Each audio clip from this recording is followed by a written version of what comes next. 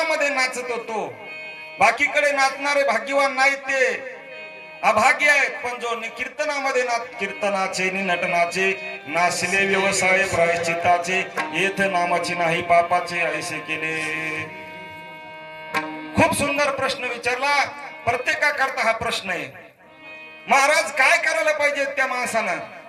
त्यावेळेला शुकाचार्य महाराजांनी डोळे लावून घेतले आणि सांगायला सुरुवात केली. एकच कर राजा, सर्व संग परित्याग कर.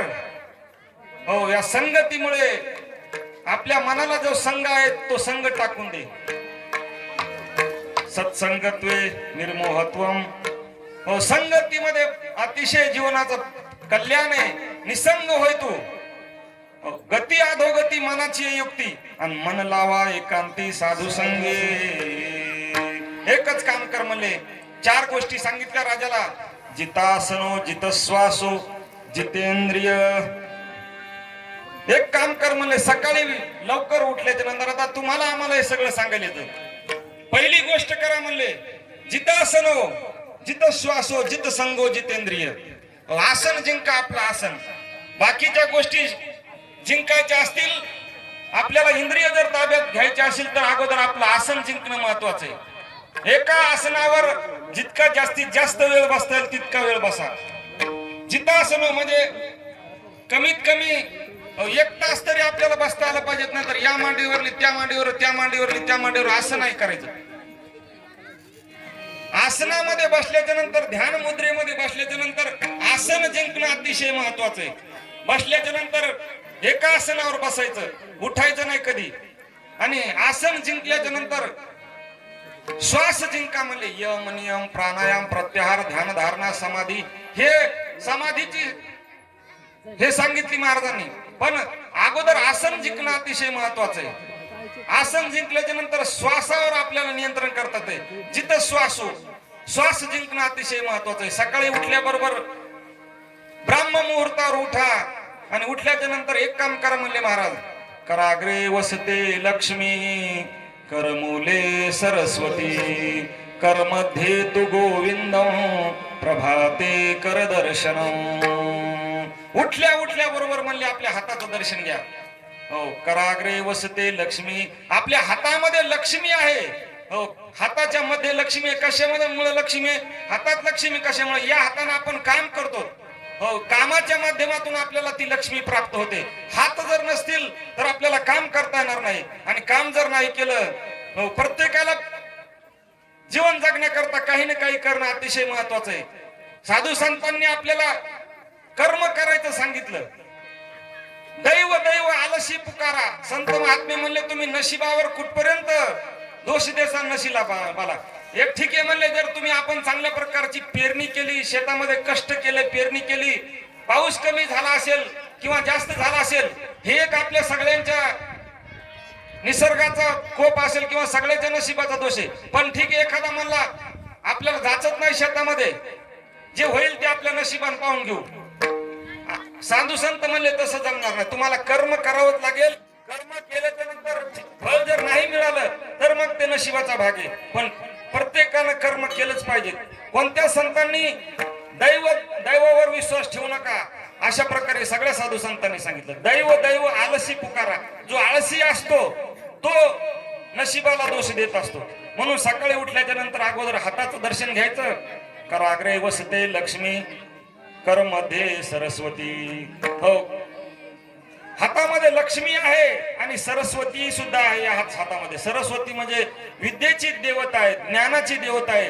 कर्म चांगलं करायचं असेल तर आपल्याला विद्या ही अतिशय महत्वाची आहे. नाहीतर ज्ञान जर नसेल आपल्याकडे तर ते आपण चांगलं कर्म करू शकणार नाही. म्हणून सरस्वती ही याच हातामध्ये आहे. आणि कर्मध्ये तू गोविंद प्रभाते कर दर्शनम. विद्या ही आहे, सरस्वती आहे, लक्ष्मी आहे, आणि तो भगवान परमात्मा सुद्धा याच हातामध्ये आहे. म्हणून प्रभाते कर दर्शनम. सकाळी उठल्याबरोबर हाताचं दर्शन घ्या. पण आपलं तसं नसतंय. प्रभाते कप दर्शनम. सकाळी उठलं की झाला का चहा? कारण की कलियुगाचं पेय आहे. महाराज म्हणले, राम अवतार में फल फलावल, कृष्ण अवतार में घी, आणि हमारे राज्य में गरम गरम चाय फूक फूक पर पी. हो, चहा एक आपलं पेय म्हणून प्रत्येकाला सकाळी सकाळी चहा प्यावाच लागतो, पण अगोदर उठल्यानंतर हाताचं दर्शन घ्या आणि दुसरा नमस्कार म्हणले अंथरुणाच्या पाय खाली टाकायच्या अगोदर पृथ्वीला नमस्कार करा. समुद्र वसने देवी पर्वतस्तन मंडले विष्णू पत्नी नमस्तुभ्यं पाद स्पर्शं क्षमस्वमे. समुद्र वसने, जिचं वस्त्र हे समुद्र आहे, पर्वत आहे जिचे स्तन आहेत, ही विष्णूची पत्नी आहे. आणि विष्णू पत्नी असणारी धरा, आम्ही जे काही तुला दिवसभर पायानं स्पर्श करणार आहोत, दिवसभर जे काही तोडवणार तुला, त्याच्याबद्दल आम्हाला माफ कर. पृथ्वी ही क्षमेचं रूप आहे.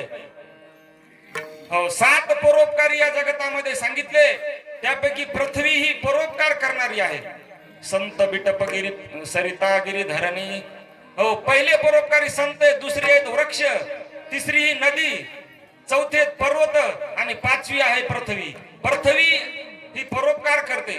चालता चालता एखाद्या माणसाला लाथ लागू द्या, तो माणूस रागाने डोळे आपल्याकडे लाल करतो. दिसत नाही का तुला? नीट चालता येत नाही का? पण आम्ही अजन्म अशा प्रकारे त्या पृथ्वीला तोडवतो. जे कर्म नाही ते कर्म या पृथ्वीवर घाण खाण करतो, पण कधी आपल्याला पृथ्वीनं रागानं कधी बघितलं नाही.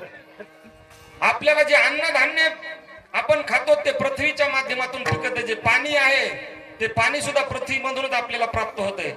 हो, 100 फुटावर पाणी नाही लागलं, माणसं 200 फूट बोर करतात. 200 नाही लागलं 300, 300 नाही 400, आता तर 1000 फुटापर्यंत आपली मजल चालली आहे. ते पाणी सगळं शोषून घेण्याचं काम माणूस करायला, पण कधी पृथ्वीनं आपल्याला रागानं बघितलं नाही. सगळ्यांना जगवण्याचं काम ही पृथ्वी करायली. म्हणून सकाळी उठल्याबरोबर त्या पृथ्वीला नमस्कार करा. हो, आणि आसन जिंकत असताना श्वासावर नियंत्रण करा. महाराज म्हणले, जितके आपण जास्त श्वास घेऊ तेवढं आपलं आयुष्य कमी होते. आता काही काही प्राणी जास्त श्वासोश्वास घेतात. कुत्र्याचे श्वास पहा किती वेगाने चालू असते. कुत्र्याला आयुष्यही कमी आहे. जितकं श्वासावर नियंत्रण ठेवलं तितकं आपल्याला आयुष्य जास्त मिळते. हो, माणसाला जर जास्त राग आला तर त्या रागाच्या भरावात माणसाचा असा खालीवर दम जातो. त्याला राग आल्याच्या नंतर जास्त श्वासोश्वास लागतात. आपले श्वास ठरलेले आहेत की आयुष्यामध्ये तुम्हाला एवढे श्वास मिळतील, तेवढे श्वास संपले की आपलं आयुष्य संपलं. मग जेवढं आपण श्वासावर नियंत्रण ठेवू तेवढं आपलं आयुष्य वाढेल. चांगदेव महाराजांना दुसरं तिसरं काहीच केलं नाही. हो, श्वास रोखून धरला. 14 वेळा काळाला थप्पड मारली. 1400 वर्ष आयुष्य कशामुळे मिळालं? तर या श्वासावर नियंत्रण प्राप्त करून. आजही 125 वर्ष 140 वर्षाची माणसं आपल्याला पाहायला मिळतील. योगाच्या माध्यमातून त्यांनी आपल्या आयुष्य वाढवलं आपलं. म्हणून श्वास जिंकणं. तिसरी गोष्ट सांगितली, इंद्रिय जिंका. 5 ज्ञानेंद्रिय आणि 5 कर्मेंद्रिय हे आपले काय आहेत? ज्ञानेंद्रिय, जिभेला चांगली चव लागते, कानाला चांगलं संगीत ऐकावं वाटतंय, डोळ्याला चांगलं रूप बघावं वाटतंय, त्वचेला चांगला स्पर्श घ्यावा वाटतो. पण जगद्गुरु तुकोबाराय म्हणले की हे माझे सगळे इंद्रिय ते भगवान परमात्माकडे मिळवले. डोळे तुम्ही घ्या रे सुख, पहा विठोबाचे मुख.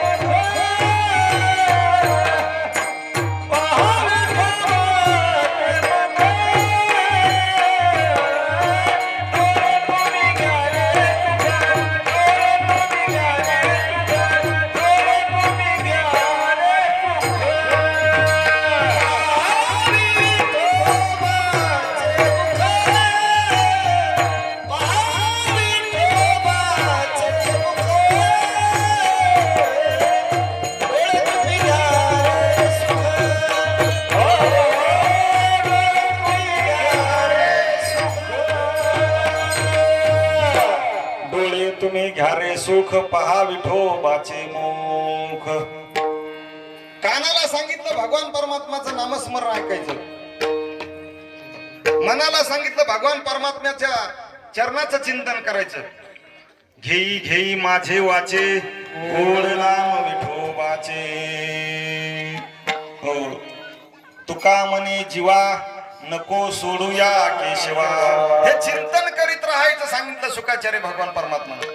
अनेक प्रश्न विचारले महाराज, या सृष्टीचं वर्णन कसं झालं. हो जितासनो जित संगो, संगतीवर नियंत्रण ठेवा.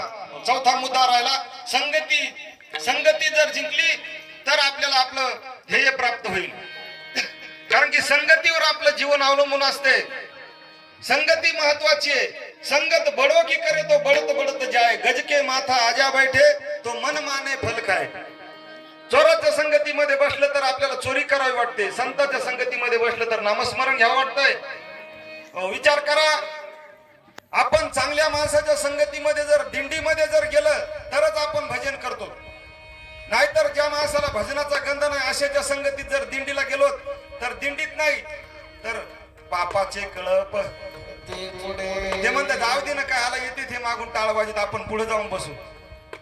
ते सकाळी 4ला उठणं कुठं जिथं वाट फेक तिथं ते खाणं, भले मोठे गठुडे जमा करणं. कोणी बिस्किटच वाटत आहे, कोणी छत्र्याच वाटत आहे, कोणी कपडीच.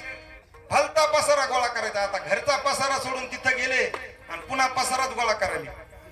कशाचा परिणाम आहे तर हा संगतीचा परिणाम आहे. नामनिष्ठ महात्म्याच्या संगतीमध्ये तुम्ही जा दिंडीत, तुम्हाला एकही क्षणभरही भजन सोडायचं काम पडणार नाही. पण कोणाच्या संगतीमध्ये जातो त्याला अतिशय महत्वाचं आहे. संगत बडो की करे तो बढत बढत जाय. महाराज म्हणले मोठ्याची संगत केली तर आपल्याला मोठेपण प्राप्त होईल. एका शेळीनं हत्तीनीची संगत केली. रस्त्यानं चालली होती शेळी, उपवास घडू लागला तिला. कारण की शरीर पहिलं जिथं वाळलं होतं, बाकीच्या शेळ्या हिच्या काय तोंडाला येऊ देणार. तिनं विचार केला ह्या सगळ्या शेळ्या आपल्याला काही खाऊ द्यायचं काय काम दिसत नाही यायचं. कोणताच पाला राहिला नाही. बोरी बाबळी सगळं या बाकीच्या शेळ्यानं खाल्ल्या. हिनं विचार केला आपल्याला असंच मारावं लागतं काय काम. जात असताना एक हत्तीन जाऊ लागली. हत्तीने विचार केला एवढी कस काय वाळली म्हणली शेळीला. काय सांगू म्हणली, ह्या बाकीच्या शेळ्याच्या संगतीमध्ये मला कोणताच पाला खायला मिळेना. हत्तीन म्हणली माझ्यासोबत राहा, मी तुला जे पाहिजे ते खाऊ घालते. शेळी म्हणली तू मोठी आहेस. हत्तीने सांगितलं मी मोठी जरी असली तरी काही काळजी करू नको. मित्रत्व हे मोठा असला काय लहान असला काय याच्यावर कधीच अवलंबून असते. भगवान श्रीकृष्ण परमात्मा द्वारकेचे राजे होते आणि सुदामा हे झोपडीचे राजे होते, तरी पण मित्रत्व घडलं. कारण की अंतःकरणात जर आपल्या द्वेष नसेल तर कोणीही आपल्या सोबत मैत्री करतो. हत्तीने शेळीला सोबत मैत्री केली. तिचा परिणाम असा झाला बाकीच्या शेळ्याला जो पाला खायला मिळून गेला तो पाला आता या शेळीला खायला मिळू लागला. कशामुळं तर तिनं आपल्या डोक्यावर घेतलं त्या शेळीला. संगत बडे की करे तो बढत बढत जाय. गजके माथा आजा बैठे तो मन माने पाला खाय. चांगला पाला खाऊ लागली, संगतीचा परिणाम. म्हणून जितासनो जित संगो जितेंद्रिय, संगती जिंका. आणि अशा प्रकारे उपदेश करत असताना विराट भगवान परमात्म्याचं वर्णन केलं. तो भगवान परमात्मा विराट आहे. विराट त्याच्या संपूर्ण शरीरामध्ये हे ब्रह्मांड व्यापून बसलेले. त्याचे पाय म्हणजे पाताळ आहे.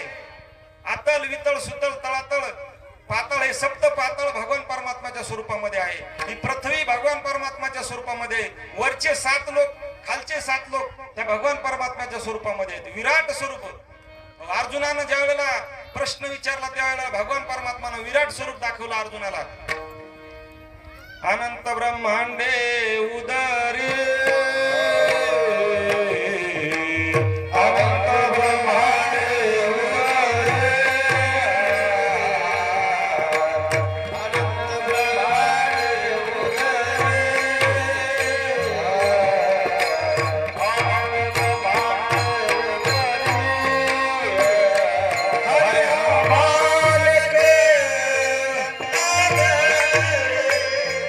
अनंत ब्रह्मांडे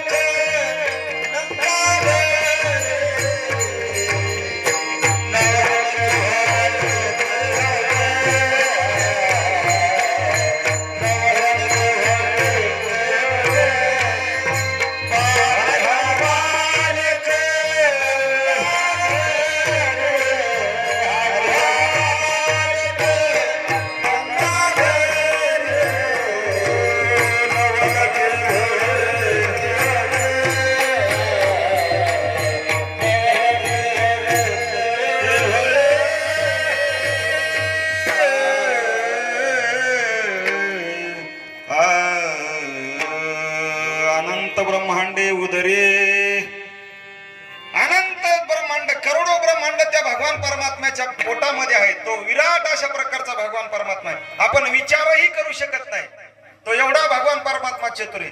काय काय माणसाला वाटतं की आम्ही लय चॅप्टर येतं, पण तो चतुर भगवान परमात्मा एवढा चतुर आहे. आपली बुद्धी जिथे संपत्ती तिथे त्याची सुरू होती. एक माणूस असाच उन्हाळ्याचे दिवस होते, चालला होता रस्त्यानं जात असताना विचार केला त्यानं. वेल होती एक वेल, त्या वेलीला फार मोठं अशा प्रकारचं फळ लागलेलं होतं. महिला मंडळीला माहिती ते फळ कशाच असते, तर उडदाची वडे घालताना त्या फळाचा उपयोग होतो. कोणतं फळ आहे ते? हा, कवळं. ते कवळं होतं, भलं टप्पूचे टप्पू गाडग्या एवढं, पण वेल अतिशय बारीक होता, अंगठ्या एवढा. हे माणूस जरा हुशार होता, बुद्धिवादी होता. त्यानं विचार केला, मला देवाला काही बुद्धीचा भाग आहे का नाही? हे कवळं केवढं तयार केलं, हे फळ केवढं तयार केलं, आणि याचा वेल किती बारीक आहे. थोडं तरी काहीतरी डोक्याचा भाग असायला पाहिजे होता तयार करताना. जाऊ द्या, मला देवाला डोकंच नाही. बुद्धिवादी माणसं पुढे डोकं लावतील काय सांगतात नाही. आजही काय लोक जुन्या माणसाला म्हणतात, अहो मामा, लोक चंद्राव गेले तरी तुम्ही धोतराव छेद. हे असे बुद्धिवादी, अशा प्रकारची बुद्धी त्याची चालू लागली. पुढे गेल्याच्या नंतर एक आंब्याचं झाड लागलं, गार अशा प्रकारची सावली होती आंब्याच्या झाडाखाली. 12-1चा टाइम, उन्हाळा दिवस, थंडगार त्या सावली खाली बसल्याच्या नंतर त्याला झोप आली आणि खाली अंग टाकल्याच्या नंतर पुन्हा वर बघितलं तर त्या आंब्याला आंबे लागलेले होते. आंब्याचं झाड फार मोठं होतं. आता काय आंब्याचे झाड फार मोठाले असतात, पण आंबे म्हणलं तर नुसत्या बारीक गोट्याच. तसं त्याला बारीक अशी गोटी लागलेली होती. पुन्हा त्याला डोकं चालवलं, म्हणला बघा आता ते मघवाचं फळ केवढं होतं, त्याचा वेल किती बारीक होता, आणि आता हे झाड केवढं आहे, याचं फळ केवढं आहे. पहा म्हणले देवाची करणी आहे का देवाला डोक्याचा भाग? अहो झाड एवढं म्हणलं, त्याला फळ तसं टप्पू पाहिजे ना, पण त्याला बारीक फळ दिलंय. जाऊ द्या म्हणलं, देवाला डोकं नाही. झोप झाली आणि उठून बसला योगायोग. 2:30-3 वाजता वारं सुटलं, आणि वारं सुटल्याच्या नंतर शेंड्यातला आंबा खाली पडला. दन 2-3 फांद्यावर आदळला आणि बरोबर याच्या टकुऱ्यामध्ये पडला. आता याच्या टकुऱ्यावरून झापडी राहिलेली नव्हती, एकही केस राहिला नव्हता. टकुऱ्या विचार करू गेले होते का कशाने गेले होते? काय माणसं म्हणते आपले आमचे केस काय विचार उन्हान थोडेच पांढरे झाले. तसे याचे केस टकुऱ्या एकही केस राहिला नव्हता. शेंड्याहून पडलेला आंबा बरोबर याच्या टकुऱ्यामध्ये पडला. भलं टप्पू याला बेंडच आलं, रक्त निघलं, चक्कर येऊन खाली पडला. तिथं का पाणी पाजायला कोणी का काय? अर्धा घंट्यानं उठला, इकडं तिकडं पाहिलं तर जवळ कोणीच नव्हतं, आणि वर पाहून देवाकडे हात जोडले, म्हणले देवा खरोखर तुम्ही चतुर आहात. मघाला जे फळ पाहिलं ते फळ तुम्ही योग्य त्या वेलीला दिलं, आणि हा आंबा आहे तो योग्य झाडाला दिला. कशामुळं? तर मला मगाच्या सारखं या आंब्याच्या झाडाला जर टप्पू जर फळ असतं तर इथं मला पाणी पाजायलाही कोणी नव्हतं, आणि रामनाम सत्य मानायलाही कोणी नव्हतं. मला कोल्या कुत्र्याने खाऊन घेतलं असतं. तुम्ही खरोखर चतुर आहात. तुम्ही जे निर्माण केलेली सृष्टी आहे ती योग्य आहे. ज्या वेलीला जे फळ दिलं ते योग्य आहे तुमचं, कारण की तो भगवान परमात्मा चतुर आहे. नवल केवढे त्याच्या संपूर्ण शरीरामध्ये हे ब्रह्मांड व्यापक भरलेले आहे.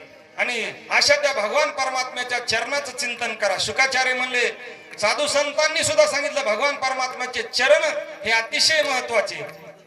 हो, देखिले तुमचे चरण निवांत राहिले मन, कासया गे प्राण आपला त्याजी नगे माय. ज्ञानोबा म्हणतात की तुमचे चरण पाहिले माझं मन निवांत राहिलं. आता कोठे धावे मन तुमचे चरण देखलिया. भाग गेला